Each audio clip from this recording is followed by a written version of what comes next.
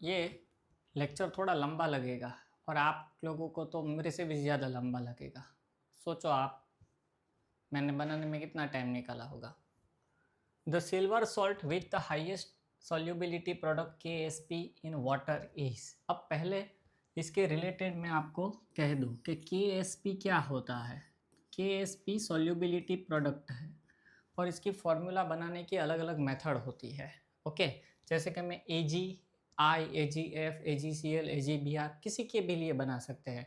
जैसे कि मैं AgF के लिए बनाऊँ तो AgF it gives Ag plus plus F minus, ये होता है। ओके, जितने आयन इसे बैलेंस करना होता है।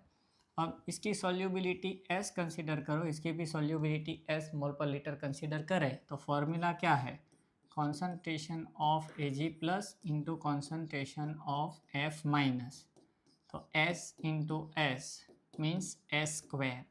ये होती है सॉल्युबिलिटी प्रोडक्ट। अलग अलग तरीके की फार्मूलास इसमें अलग अलग होती है, जब जब आएगा तब तक मैं करवा दूंगा। अभी तो देखो सब में से सेम इन चारों के लिए KSP की फार्मूला सेम बनेगी। अब आप अगर थोड़ा बहुत प्रैक्टिकल जानते हो तो पहले ये लिख लेना और याद रख लेना। सॉल्युबिलिटी के कुछ रूल है। जैसे कि मैं बात करूं कि ग्रुप नंबर 1 के जो एलिमेंट्स है जैसे कि Li plus Na plus K plus C S plus Rb plus, इनके जो सॉल्ट्स है ना वो वाटर में सोल्यूबल है।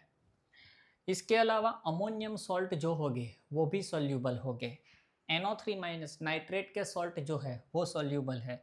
Cl minus Br minus I minus इनके भी सॉल्ट सोल्यूबल है, but exception case Ag plus अगर Cl Br I के साथ है तो वो इनसोल्यूबल है। अगर आप देखो तो आपको आंसर यही मिल गया कि Ag I, AgCl, AgBr insoluble है। तो सोल्यूबल सॉल्ट कौन है, AgF। और जो सोल्यूबल ज़्यादा होगा उसकी KSP की वैल्यू भी ज़्यादा होगी क्योंकि वो मोर सोल्यूबल है। तो Cl minus Br minus I minus की सोल्यूबल है, बट Ag के ये तीन सॉल्ट Pb प्लस 2 पे प्लस के ये सॉल्ट Hg2+2 के ये सॉल्ट इनसोल्यूबल है, मतलब इसका KSP कम होगा।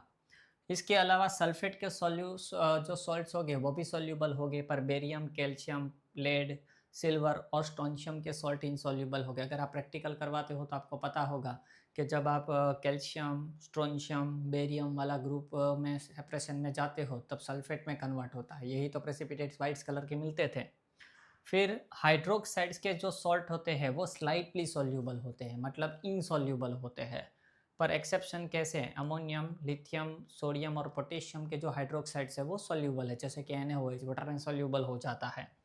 कार्बोनेट के जो सॉल्ट्स होते हैं वो भी इनसोल्यूबल होते हैं, पर इसमें एक्सेप्शन कैसे, ग्रुप नंबर 1 के जो कार्बोनेट्स है, ओके, या तो फिर अमोनियम का कार्बोनेट है वो सोल्यूबल है। फॉस्फेट वो इनसोल्यूबल है, पर इसमें एक्सेप्शन केस ग्रुप नंबर 1 मतलब सोडियम, पोटेशियम के हो, अमोनियम के सॉल्ट हो, तो ये सब फॉस्फेट सोल्यूबल है। तो ये इतना ज़रा याद रखना, जितनी सोल्यूबिलिटी ज़्यादा उतना KSP ज़्यादा, क्योंकि S की वैल्यू उतनी ज़्यादा होगी। अब यहाँ पर हमने यही कह दिया आपको, देखो कि Cl minus Br minus I minus के सॉल्ट सोल्यूबल है, पर सिल्वर के जो सॉल्ट्स है वो कैसे है, इनसोल्यूबल है, मतलब इसकी KSP क्या होगी, कम होगी। और हमें पूछा है हाईएस्ट सोल्यूबिलिटी प्रोडक्ट, मतलब KSP की वैल्यू सबसे हाई किसकी होगी, तो जो AgF है ना वो सोल्यूबल है, वो वाटर में सोल्यूबल है और इसीलिए इसकी सोल्यूबिलिटी हाईएस्ट। रीज़न अगर आया नहीं है पर रीज़न मैंने ढूंढ के रखा है, hydration energy of F minus is greater than lattice energy of AgF।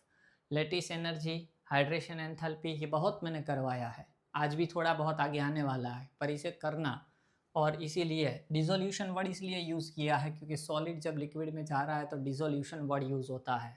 तो AgF वाटर में ज़्यादा सोल्यूबल है और जबकि AgI, AgCl, AgBr sparingly soluble है, इसीलिए इसकी KSP की वैल्यू कम होगी। और हमें पूछा था highest solubility product KSP। Okay, चलिए, इनमें से the following which one is natural zeolite. अब ये रिमेंबरिंग क्वेश्चन है, याद रखने लायक क्वेश्चन है, इसमें मैं कुछ कर नहीं सकता पर मैंने इन्फॉर्मेशन सबकी निकाल ली है। अब ये जो फर्स्ट है ना बेनोटाइट, वो रेयर ब्लू कलर का होता है, बेरियम, टिटेनियम, सिलिकेट का बना होता है और वो जियोलाइट नहीं है, वो मिनरल है, जियोलाइट नहीं है, नॉट जियोलाइट। फिर क्रिस्टोनेबेलाइट, वो पॉलीमर्फ ऑफ सिलिका है और ये भी एक मिनरल ही है, ये भी एक मिनरल है और इसीलिए ये जियोलाइट नहीं है। फिर फोलोगोफाइट, तो वो माइका ग्रुप का बना हुआ एक मिनरल है। माइका ग्रुप मतलब सोडियम, पोटेशियम, एल्यूमिनियम और सिलिकेट का हाइड्रोक्साइड या तो फ्लोराइड। ये भी जियोलाइट नहीं है। तो जो जियोलाइट है वो ये शायद थियरी आपने कहीं पर पढ़ी भी होगी, Na2Al2Si3O10 इंटू ट्वाइस H2O, एक क्या है, जियोलाइट है। ओके, याद रखने लायक है। बाकी के 3 मैंने इसलिए ढूंढे कि इस साल कहीं पर आए तो। चलो पिक आउट, अब ये मुझे बहुत अच्छा लगा था। Pick out the incorrect statement regarding NF3। NF3 के रिगार्डिंग कुछ क्वेश्चन हमें 4 दिए हैं और इनकरेक्ट ढूंढना है। It can be prepared by the electrolysis of, अब ये NHF कई गलती से लिख लिया है, पर ये कहना चाहते हैं कि इन तीनों का बना हुआ कोई कंपाउंड हो तो उस कंपाउंड की अगर हम इलेक्ट्रोलिसिस करें तो हम NF3 बना सकते हैं। हाँ राइट है। एक बुक में से मुझे मिला है कि एक इंडस्ट्रियल मेथड है प्रिपरेशन के लिए जिसमें NH4FHF इसका जो मिक्सचर होगा, ये कंपाउंड का जो मिक्सचर है, इसकी अगर हम इलेक्ट्रोलिसिस मेथड करेंगे तो हमें NF3 प्रोडक्शन में मिलेगा और वो एनोड पर मिलेगा। इलेक्ट्रोलिसिस हो रहा है तो एनोड कैथोड दोनों हो गए, इसीलिए यहाँ पर एनोड पर NF3 की प्रोडक्शन होती है। मतलब ये वाला जो स्टेटमेंट है वो करेक्ट है। Okay, NF3 has pyramidal structure with NFN bond angle 102 degree. अब देखिए NF3, तो NF3 जो है ना, तो उसके अंदर 3 सिग्मा बॉन्ड है और एक लॉन पेयर है। अगर लॉन पेयर नहीं होती तो ये प्लेनर ट्राइंगल होता, जैसे BF3 प्लेनर ट्राइंगल है। क्यों प्लेनर ट्राइंगल है? क्योंकि सेंट्रल एटम के पास कोई भी लॉन पेयर नहीं, तो तीनों सिग्मा बॉन्ड एक प्लेन में रह सकते हैं। पर यहाँ क्या है कि नाइट्रोजन के पास एक लॉन पेयर है, तो ये लॉन पेयर इस तरह होगी, तो ये 3 बॉन्ड को एक प्लेन में रहने नहीं देंगे NF3 के अंदर, तो ये पिरामिडल शेप में आ जाएंगे। ओके, अगर शेप पूछे तो पिरामिडल, जियोमेट्री पूछे तो डिस्टोर्टेड टेट्राहेड्रल। क्यों टेट्राहेड्रल डायरेक्ट नहीं लिखा? क्योंकि आइडियल टेट्राहेड्रल इसलिए नहीं होगा क्योंकि एक लॉन पेयर अवेलेबल है जिसकी इसके साथ रिपल्सन होगी। अगर आइडियल टेट्राहेड्रल होता तो बॉन्ड एंगल 109.5 डिग्री होता, पर ये टेट्राहेड्रल है वो भी डिस्टोर्टेड। क्यों? क्योंकि इस लॉन पेयर की इस बॉन्ड पेयर के साथ क्या होगी, रिपल्शन होगी। तो ये बॉन्ड जो आइडियली 109.5 डिग्री का होना चाहिए वो उतना नहीं होगा, पर उससे कम होगा। हाँ, अगर आप मीथेन की बात करो CH4, तो मीथेन के अंदर ये वाला जो बॉन्ड एंगल है वो 109.5 डिग्री का है। क्यों इतना है? क्योंकि ये आइडियल टेट्राहेड्रल है, सेंट्रल एटम के पास कोई लॉन पेयर अवेलेबल नहीं है, जबकि सेंट्रल एटम के पास एक लॉन पेयर है, इसलिए बॉन्ड एंगल डिक्रीज हो जाता है। तो इसका मतलब ये हुआ कि ये स्टेटमेंट भी करेक्ट है। The dipole moment of NF bond are in opposite direction to the direction of the dipole moment of the lone pair on nitrogen. ये मुझे बहुत अच्छा लगा था ये स्टेटमेंट। अब देखिए ये NF3 है, अब NF3 के अंदर डाइपोल मोमेंट हमें इस बॉन्ड में दिखानी है, तो किसे दिखाएंगे? तो electronegativity of fluorine greater than nitrogen. Fluorine की इलेक्ट्रोनेगेटिविटी नाइट्रोजन से ज़्यादा है, तो इसकी जो डाइपोल मोमेंट होगी वो इस तरफ दिखाएंगे, इस वाले बॉन्ड की। इस वाले बॉन्ड की डाइपोल मोमेंट इस तरफ दिखाएंगे, इस वाले की डाइपोल मोमेंट हम इस तरफ दिखाएंगे। क्यों? क्योंकि फ्लोरीन की इलेक्ट्रोनेगेटिविटी नाइट्रोजन से ज़्यादा है। बट एक चीज़ याद रखना, अगर सेंट्रल एटम के पास लॉन पेयर है, तो रिजल्टेंट डाइपोल मोमेंट जो होती है वो ऑलवेज कहाँ, किसकी तरफ रखनी होती है? हमें लॉन पेयर की डायरेक्शन में। तो आप सोचो कि जो ये फाइनल डाइपोल मोमेंट है, ये 3 उसके क्या है, अपोजिट डायरेक्शन में जा रही है, इसीलिए इसकी डाइपोल मोमेंट क्या हो जाएगी, डिक्रीज हो जाएगी। मैंने ये एग्जांपल भी लिया है NH3। अब देखिए electronegativity of nitrogen greater than hydrogen, तो इसकी इलेक्ट्रोनेगेटिविटी इस तरफ होगी, डाइपोल मोमेंट, इसकी डाइपोल मोमेंट इस तरफ होगी, इसकी डाइपोल मोमेंट इस तरफ होगी, और रिजल्टेंट हमें किस तरफ दिखानी है? तो लॉन पेयर की तरफ। तो लोन पेयर की जो इस तरफ डाइपोल मोमेंट है, ये तीनों उसको क्या कर रहे हैं, सपोर्ट कर रहे हैं। तो यहाँ क्या होगी, डाइपोल मोमेंट इंक्रीज होगी। एक और चीज़ नोट करो, यहाँ मैंने ढूंढ के रखी है कि NH3 की जो डाइपोल मोमेंट है 1.47 है, जबकि NF3 की 0.24 है। अब देखो, फ्लोरीन की इलेक्ट्रोनेगेटिविटी हाइड्रोजन से ज़्यादा है, फिर भी NF3 की डाइपोल मोमेंट जो है वो Na3 से कम है। रीज़न ये वाला होगा। तो इसका मतलब ये हुआ कि जो थर्ड स्टेटमेंट है वो भी करेक्ट है। Due to higher dipole moment of NF3 is stronger ligand than Na3। Wrong, अभी ही मैंने कहा इसकी डाइपोल मोमेंट कम है कंपेयर टू Na3, मतलब ये वाला स्टेटमेंट रॉन्ग है। तो ये हमें पूछा था क्या, इन लोगों ने इनकरेक्ट ही पूछा था, तो फोर्थ आएगा। ओके, और ये अच्छे से लिख लेना सब कुछ।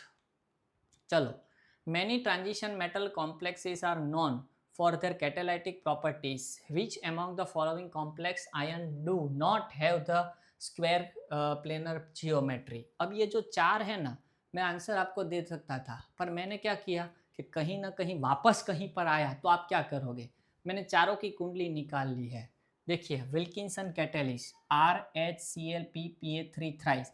आपको पूछ सकते हैं कि विल्किंसन कैटेलिस्ट के अंदर कौन सा ट्रांजिशन मेटल है, RH, इसीलिए मैंने सबके लिख के रखे हैं, ये पूरी कुंडली निकाली। अगर इसकी ऑक्सीडेशन नंबर निकालोगे तो +1, कोऑर्डिनेशन नंबर इसका 4। क्यों कोऑर्डिनेशन 4? क्योंकि ये मोनोवेलेंट एटम है, एक ही बॉन्ड बनाएगा। PPH3 ये एक ही बॉन्ड बना सकता है, और ऐसे कितने हैं, 3, मतलब इसके अंदर 4 बॉन्ड बनाने की कैपेसिटी है, इसीलिए कोऑर्डिनेशन नंबर 4, और इसकी स्क्वायर प्लेनर जियोमेट्री होगी। वास्कास कंपाउंड जो है वो IrClCOPPa3 ट्वाइस, इसके अंदर इरिडियम, इसकी भी ऑक्सीडेशन नंबर, ऑक्सीडेशन स्टेट निकालोगे तो +1 है। 4 ही हो गए, क्योंकि 2 ये, एक ये और एक ये, 4, और ये भी स्क्वायर प्लेनर। इसके अलावा जेड सॉल्ट्स KPtCl3 C2H4, ये है ना वन टाइम है, हाँ, ओनली वन टाइम अवेलेबल है। इसकी अंदर प्लेटिनम की ऑक्सीडेशन स्टेट निकालोगे तो 2, 4 ही बॉन्ड बनेंगे, कोऑर्डिनेशन नंबर 4, स्क्वायर प्लेनर। पर ये गुप्स कैटालिस्ट जो है RuCl2PCy3 ट्वाइस CHPH, इसकी ऑक्सीडेशन स्टेट अगर निकालोगे तो +2, और इसके अंदर 5 बॉन्ड बन रहे हैं, 1 2 3 और 2 2 4 + 1 5, इसीलिए 5, और ये TBP में जाएगा। और हमें क्या पूछा था, विच डो नॉट हैव स्क्वायर, तो ये आएगा गुप्स कैटालिस्ट। ये आप जब लिखोगे ना, मेरी ये जितनी वीडियो बनेगी ना, उससे डबल से भी आपका टाइम जाएगा। सोचो मैं कब तक मैंने कितना टाइम दिया होगा ये सब निकालने में, क्योंकि ये सब कोई एक बुक में नहीं होता। There are 2 reactions undergoing wherein diborane reacts separately with ammonia and with phosphine, resulting its and cleavages respectively.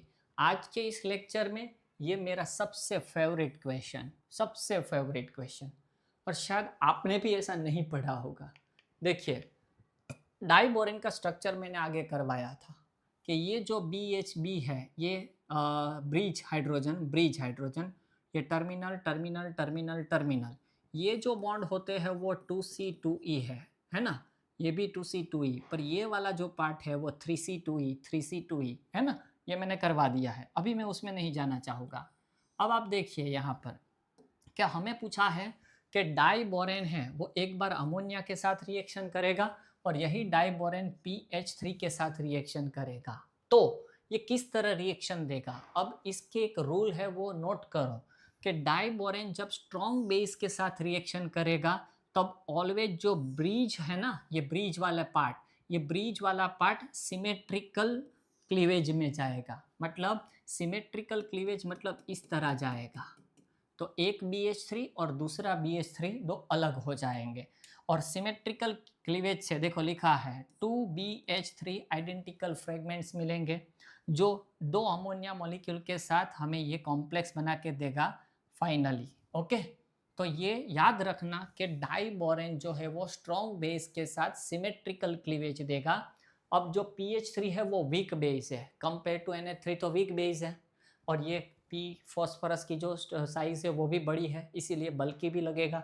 तब वीक बेस के साथ वो रिएक्ट करेगा, तब ब्रिज जो होगा वो अनसिमेट्रिकल क्लीवेज होगा। तो 2 BH3 जैसे अमोनिया में रिलीज हो रहे थे ना, वैसे रिलीज नहीं होंगे, पर एक पॉजिटिवली फ्रेगमेंट्स मिलेगा BH2 प्लस और एक नेगेटिवली क्लीवेज मिलेगा BH4 माइनस।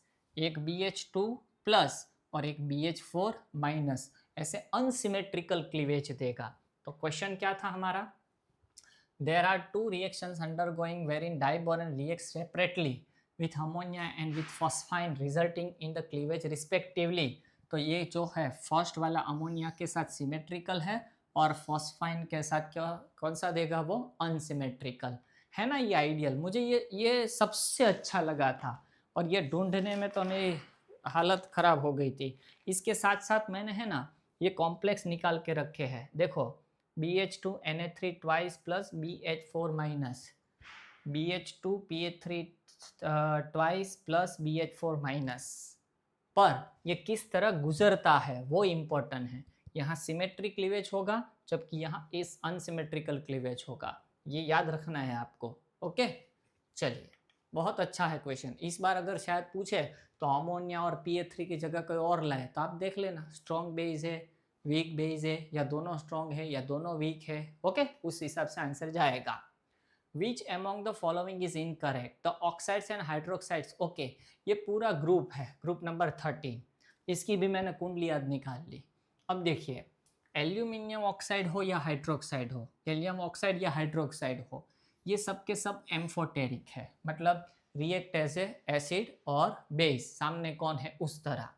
BaOH थ्राइस जो है वो एसिडिक है। क्यों एसिडिक है?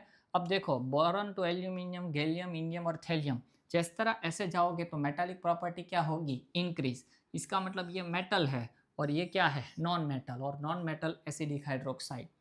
InOH thrice, TlOH thrice pure basic है। क्यों? क्योंकि मेटल की तरफ प्रॉपर्टी आ गई। AlOH थ्राइस की एक विशेष बात मैंने ढूंढी है, वो याद रखना है। वो ये बात है कि वो एम्फोटेरिक जरूर है, एग्री कि वो एम्फोटेरिक है, बट इसकी एक स्पेशलिटी है। क्या स्पेशलिटी दी है? कि ये जो है वो सिर्फ स्ट्रॉन्ग बेस के अंदर ही डिजोल्व होगा, मतलब NaOH और KOH हो तो ही AlOH थ्राइस उसमें डिजोल्व होगे। आप प्रैक्टिकल करवाते हो तो इनऑर्गेनिक क्वालिटेटिव एनालिसिस के अंदर ये टॉपिक होगा कि बेस ऐड करने से डिसॉल्व होते हैं या नहीं होते हैं।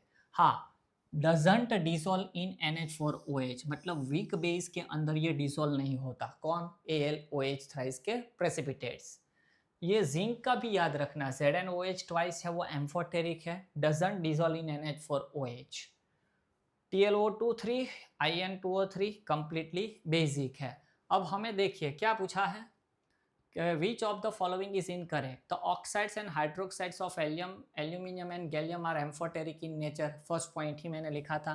तो oxides and hydroxides of indium and tellurium are purely basic. अभी आप देखो पेज पलट के तो आपको पता चलेगा।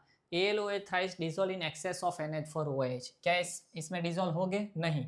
अभी मैंने थोड़ी देर पहले ही बताया आपको, देखो यहाँ लिखा है क्या कि AlOH थ्राइस है वो NH4OH के अंदर डज नॉट डिसॉल्व, इसके अंदर डिसॉल्व नहीं हो गए।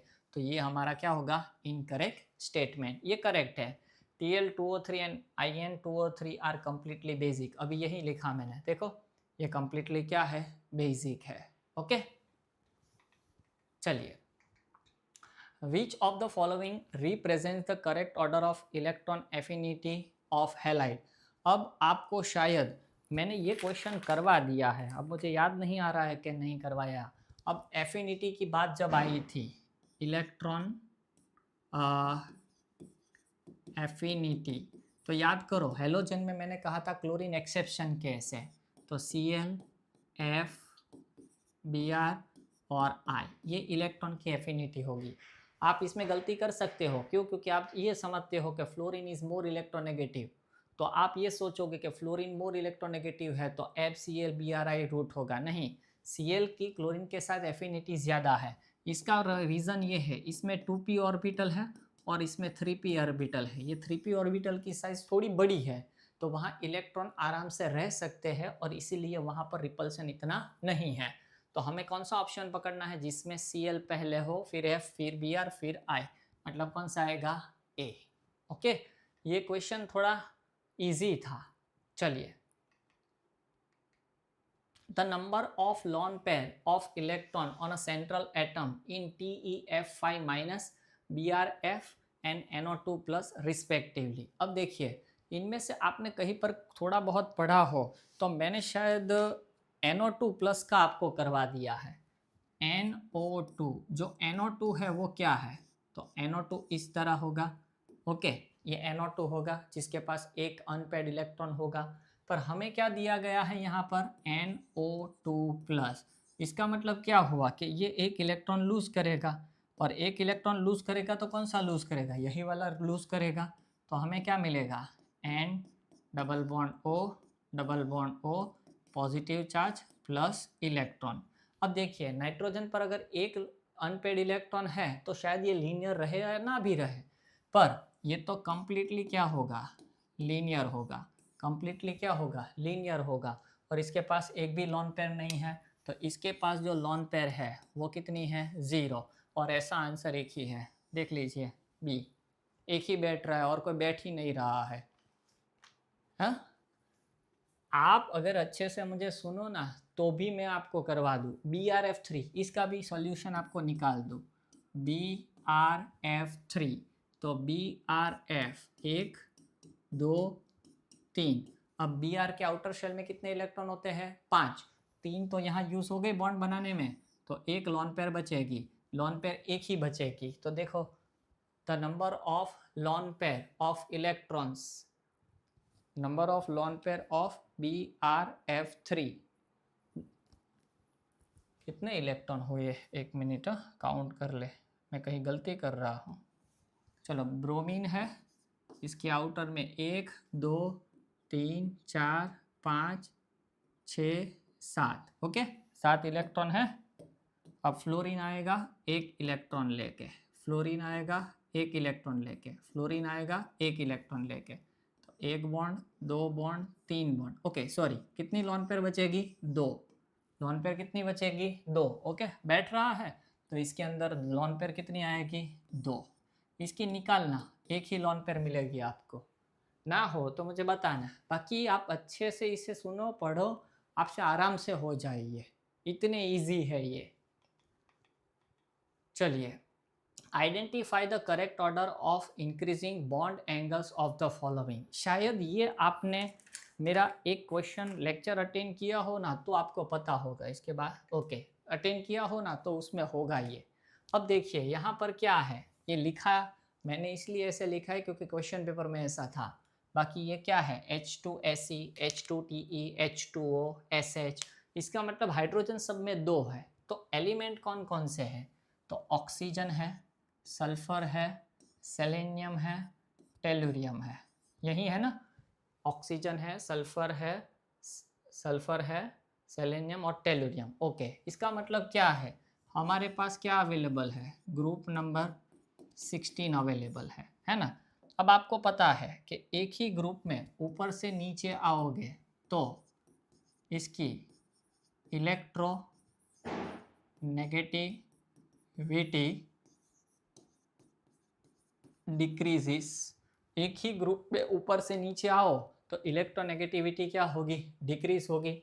अब आप सोचो कि ऑक्सीजन जो है ये 2 हाइड्रोजन से अटैच है वो वाला, और ये पकड़ लेते हैं Te, ये जो 2 हाइड्रोजन से अटैच है, ओके अब इसकी इलेक्ट्रोनेगेटिविटी क्या है, ज़्यादा है। अब ऑक्सीजन की इलेक्ट्रोनेगेटिविटी ज़्यादा है तो वो इलेक्ट्रॉन को ज़ोर से अपनी तरफ खींच के रखेगा, तो ये इलेक्ट्रॉन करीब इसके ज़्यादा हो गए, है ना, ये इलेक्ट्रॉन ज़्यादा इसके पास आ जाएंगे, बॉन्ड लेंथ क्या हो जाएगी, शॉर्टर हो जाएगी, इसके इलेक्ट्रॉन इतने ज़्यादा करीब नहीं हो गए, इससे थोड़े दूर हो गए, क्यों, क्योंकि इसकी इलेक्ट्रोनेगेटिविटी क्या है, कम। अब जितना वो एक दूसरे से ज़्यादा खींचेंगे, ये इलेक्ट्रॉन को अपनी तरफ खींचेंगे, तो इलेक्ट्रॉन जितना करीब आएगा तो होगा क्या, एक तो साइज भी क्या होगी, इंक्रीज होगी, साइज इंक्रीजिस। अब ऑक्सीजन जो होगा वो स्मॉलर होगा, स्मॉलेस्ट होगा, और ये जो होगा टेलुरियम वो लार्जेस्ट होगा साइज में, तो इसकी साइज बड़ी है और इलेक्ट्रोनेगेटिविटी कम है, इसकी साइज छोटी है और इलेक्ट्रोनेगेटिविटी ज़्यादा है, तो ये बॉन्ड काफ़ी एक दूसरे से करीब आ जाएंगे, काफ़ी एक दूसरे के करीब आ जाएंगे। इसीलिए क्या होगा कि इन दोनों के बीच में स्टेरिक हिंड्रेंस सबसे ज़्यादा होगा, और स्टेरिक हिंड्रेंस ज़्यादा होगा तो वो फेंकेंगे, दूर फेंकेंगे, इसीलिए बॉन्ड एंगल इंक्रीज होगा। इसका जो बॉन्ड एंगल है ना वो 104.5 डिग्री है, सबसे हाईएस्ट। क्यों?